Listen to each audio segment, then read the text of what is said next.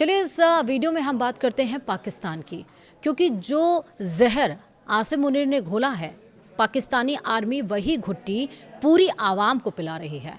अब आसिम मुनीर को सारी पावर अगर दे दोगे तो यही हाल होगा पाकिस्तान का। नमस्कार, आप देख रहे हैं न्यूज़ 18, मैं हूं आपके साथ श्रुति श्रीवास्तव। पाकिस्तान की अर्थव्यवस्था गर्त में गिर चुकी है। बलूचिस्तान और पीओके में विद्रोह की आग सुलग रही है। इन हालातों से बौखलाए फौजी जनरलों ने फिर से काफिर का कार्ड खेलना शुरू कर दिया है। ये है असल वजह।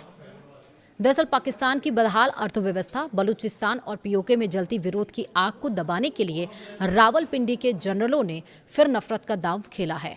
पाकिस्तानी सेना के फील्ड मार्शल आसिम मुनीर ने काफिर और टू नेशन थ्योरी का जो जहरीला पाठ पढ़ाया था, अब पूरी फौज अपनी जनता को वही घुट्टी पिलाने में लगी है।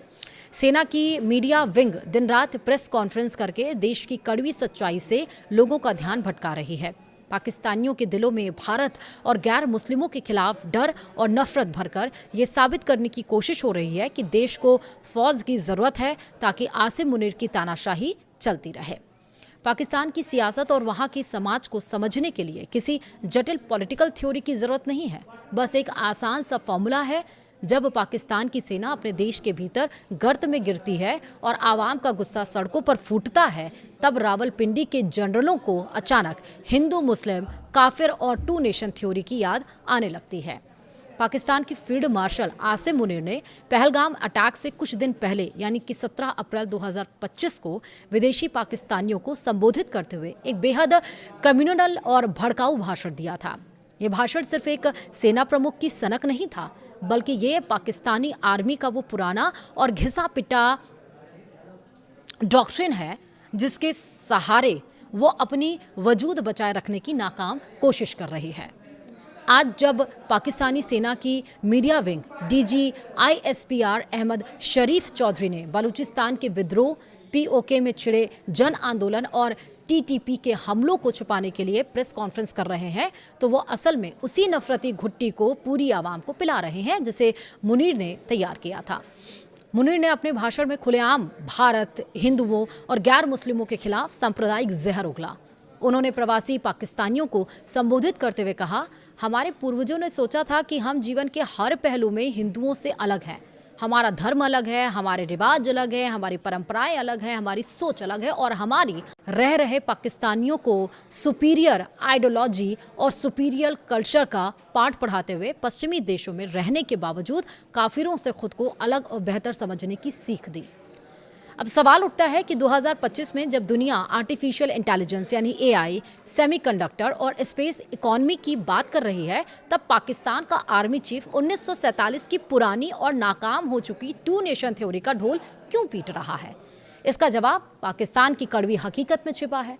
पाकिस्तान में इमरान खान जैसे नेताओं के साथ जो कुछ भी हुआ, उसके बाद वहाँ की जनता के दिलों से फौज की मसीहा वाली झूठी छवि पूरी तरह से गायब हो चुकी।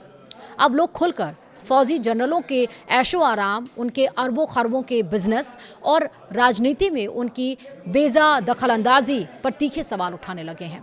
पाकिस्तान के पढ़े लिखे नौजवान देश छोड़कर भाग रहे हैं। मुनीर इसे ब्रेन गेन का नाम देते हैं और कहते हैं कि हम अपने एम्बेसडर बाहर भेज रहे हैं। हकीकत ये है कि देश में नौकरियां नहीं हैं और लोग भुखमरी के कगार पर हैं।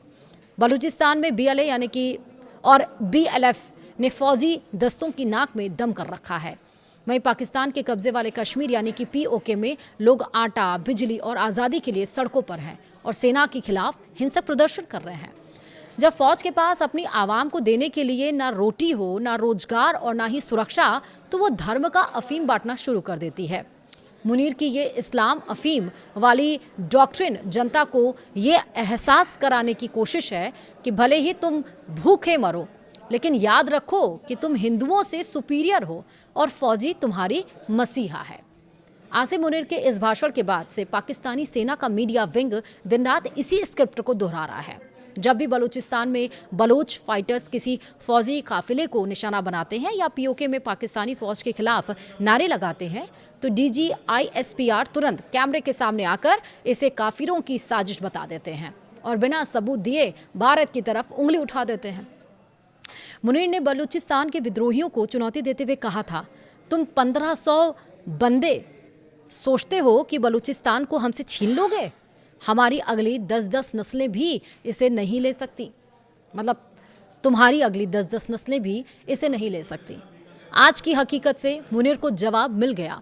1500 विद्रोही नहीं बल्कि बलूचिस्तान की पूरी आवाम फौज के अत्याचारों से तंग आ चुकी है और मुनीर सेना को मार मार कर आधा कर दिया है। जब डीजी ISPR मीडिया में आकर फितना अल हिंदुस्तान जैसी भारी भरकम शब्द उछालते हैं तो उनका मकसद बलूचिस्तान में सेना द्वारा किए जा रहे मानवाधिकार उल्लंघनों, फर्जी मुठभेड़ों और गायब किए जा रहे नौजवानों के मुद्दे से दुनिया का ध्यान भटकाना होता है। पाकिस्तानी फौज का ये पुराना खेल अब खत्म होने की कगार पर है। पाकिस्तानी सेना ने 1947 से लेकर आज तक अपनी आवाम को सिर्फ एक ही पाठ पढ़ाया, भारत हमारा दुश्मन है और इस्लाम खतरे में है। लेकिन आज की डिजिटल दुनिया में पाकिस्तान का आम नागरिक ये देख रहा है कि भारत आर्थिक और वैज्ञानिक मोर्चे पर कहां पहुंच चुका है, जबकि उनका अपना देश IMF के कर्ज और फौज की तानाशाही के तले दबा हुआ है। पाकिस्तानी सेना के पास भविष्य का कोई रोड मैप नहीं है। वो आज भी 80 साल पुरानी नफरत और धार्मिक कट्टरता की बैसाखियां पर टिका है। धर्म और काफिर का पाठ पढ़ाकर पाकिस्तानी सेना अपनी हैवानियत, करप्शन और नाकामियों को छुपाने की कोशिश तो कर रही है, लेकिन सच ये है कि ये कम्युनल कार्ड अब एक्सपायर हो चुका है। जब आवाम के पेट में रोटी नहीं होती तो जनरलों के खोखले भाषण ज़्यादा दिन तक क्रांति या सब्र का कारण नहीं बन सकते हैं। तो अब देखना होगा कि जो काफिर का पाठ 2 नेशन थ्योरी पढ़ाई जा रही है वो सड़कों पर उतरी आवाम के मस्तिष्क में कितना बैठती है या ये विद्रोह जारी रहता है। फिलहाल आपका क्या सोचना कमेंट में मुझे ज़रूर बताएगा। वीडियो में इतना ही। नमस्कार।